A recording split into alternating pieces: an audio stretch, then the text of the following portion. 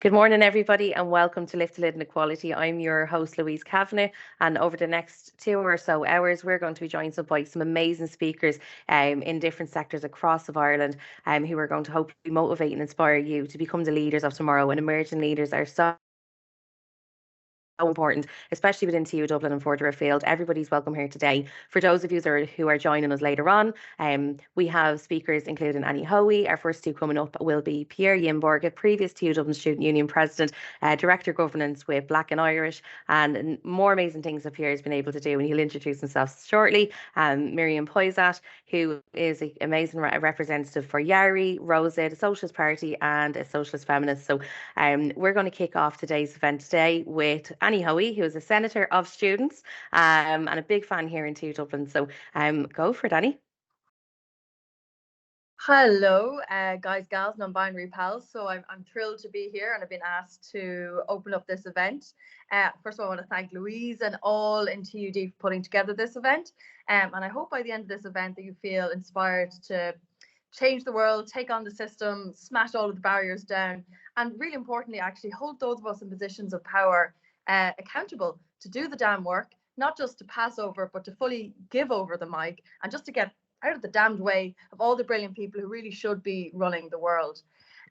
So as Louis said, I'm Annie. I'm an activist first, a senator second. I think that's an important one. But due to, I don't know whether it's because I was the former president of the Union of Students in Ireland. I was the vice president for Equality and Citizenship. I was deputy president down in UCC Students Union. So that may have helped me earn the moniker of Together for Students, Senator for Students. I worked with Together for Yes as our national canvassing coordinator and also as one of our spokespeople, which was fantastic to be able to speak from a youth perspective as to why repeal what is and was important to us. I also worked with Michael D. Higgins and all sorts of different things, but I think having that really broad experience but being heavily rooted in the student movement is so important, that we have those leaders in our political world. And I truly honestly believe that the best leaders that we have in any sector of society, whether it's the NGO sector, whether it's fintech, whether it's anything like that, are people who have come up through the student movement, because we have been people who are committed to equality. We've seen injustices, we've gotten exceedingly aggrieved about it, we've stormed around the place. I've spent at one point, I'm sure, more time outside Leinster House shouting in the gates than I have spent in Leinster House trying to do some of the work. And that is only right and proper, you know, and I think that's important. A little bit about some of the works, part of my work, I've on lots of different things like the Women's Caucus, I'm the chair of the Reproductive and Sexual Health Group. But one thing I think is important, so we only just in Leinster House in Ireland have a newly formed, we've called ourselves the Rainbow Caucus, and only for the first time did all out LGBT members of our national parliament, we only officially met for the first time last November. Even though we had marriage equality 2015 and we've had lots of different things, it took until 2022 to have our first official meeting, coming together officially of the out members of our LGBT parliament. Well, it's not all an LGBT parliament, obviously, there's only a few of us, but someday. So that, you know, so while we have a million miles to go in terms of representation in Leinster House, we still only just had our first meeting of out members of our parliament. The Women's Caucus is only in its second session. You know, it was only set up in the last Dáil term. We have still really, really not good representation of the diversity that we have in Ireland, in Leinster House. And I'll come to that in a moment. Some of the things that we need to do, but I might just go. You know, there's an incredible lineup here of speakers who I think are really going to light a fire underneath us, and I'm really excited to hear from them. And I think all of us are agreeing with us that we want to have an equal, diverse and inclusive society. And I always say, and I think this quote came from someone else, but it was one of those ones that kind of appears on, you know, inspirational quotes, and I'm not entirely sure who said it first, but I think lighting someone else's candle from my candle isn't ever going to lessen the brightness of my own candle. And I think that's something that I think actually inherently a lot of people in Ireland sort of sometimes get that, in their one-on-one interactions. But we have a system coming from all sorts of different ways, including our own political system, that relies on pitting people against each other so that other people can get forward. And there are bad actors who do that, and we know there are a lot of them floating around at the moment. But I think there's also, and I think there's responsibility on those of us who are in politics, who are elected, to also look at our own messaging and how we talk about things. And are we shining a light on inequalities in society, or are we shining a light on something in order to get ourselves forward? And that's a conversation that's an uncomfortable conversation, but it's a conversation that I think you have to have as part of politics. We can't, we have to shine a light on inequalities and work hard to commit to change things, but you can't.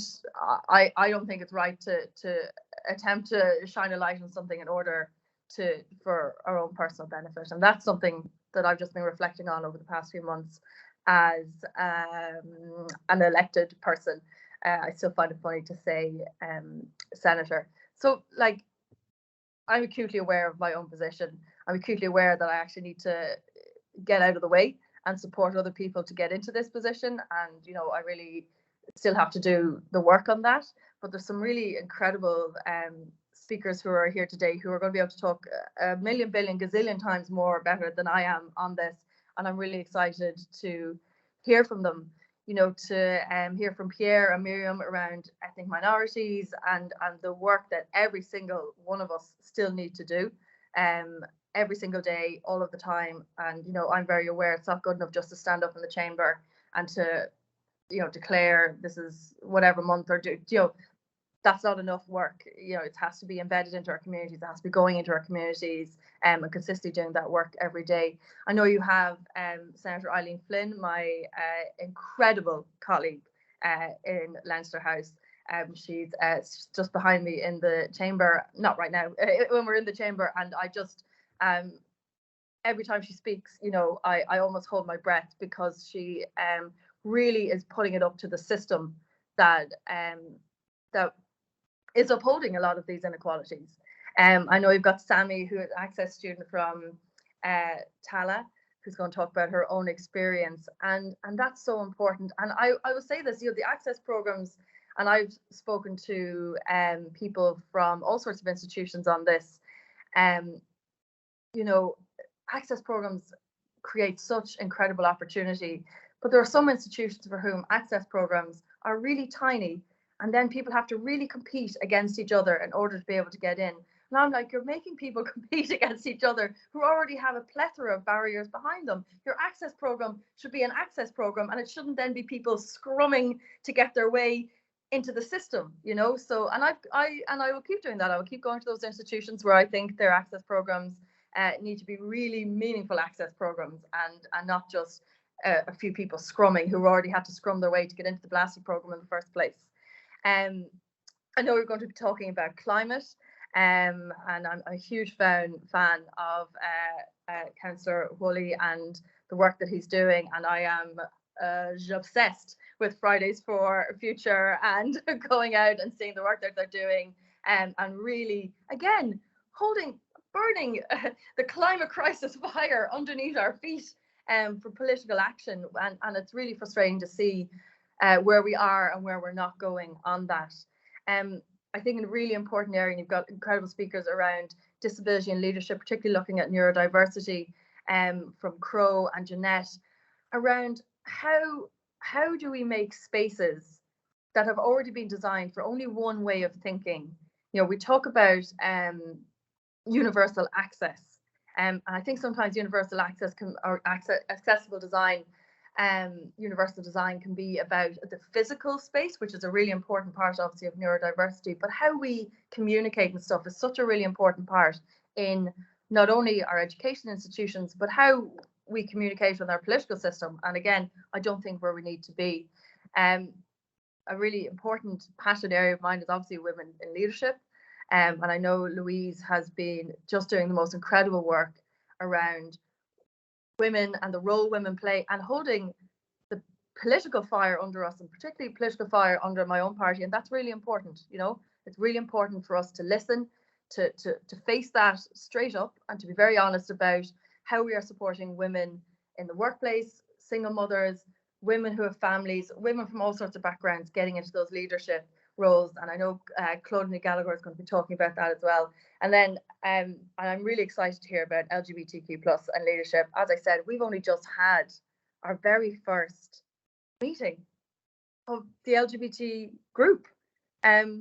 So we are not where we need to be in terms of that, and I know for a fact that not every person was at that meeting who perhaps could have been at that meeting, and hopefully someday will be at that meeting, because for some people it is still it's not a place for them that they feel that they can be out and in politics.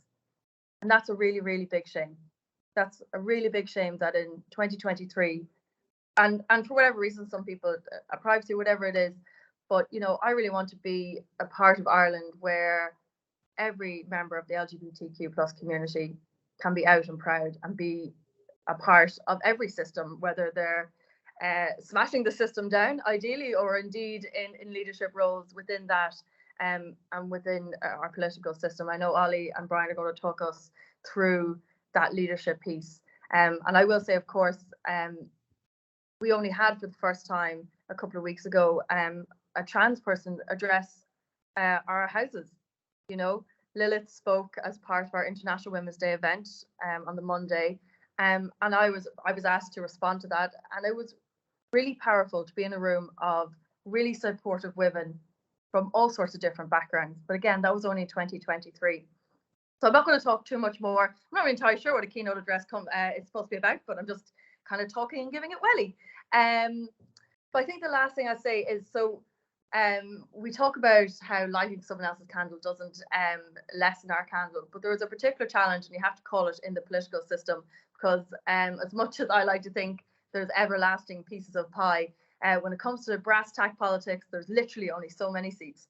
And I was doing some work in a direct provision centre where we were registering people to vote, and we were trying to find a candidate actually to possibly run in the local elections there a couple of years ago, and be a representative from that group. And someone from another political party came up to me and they're like, "What are you doing?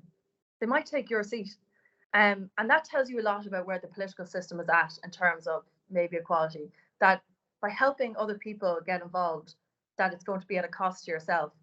And that's something we really have to challenge, because I don't personally think it would be a cost to myself to have a representative from direct provision elected into local politics and national politics. People will see it as that. So I retorted, I said, "Nah, mate, they're going to take your seat. Don't be too worried about it." But that tells us where we're at, I think, sometimes in the political system, is that everything is about who's going to get forward first, and it's a real cutthroat world.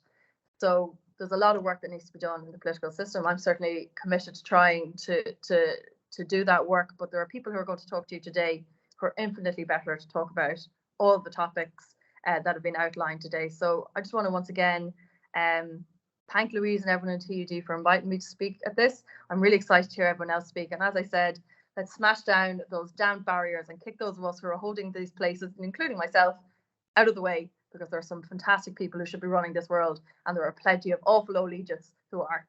So thank you so much.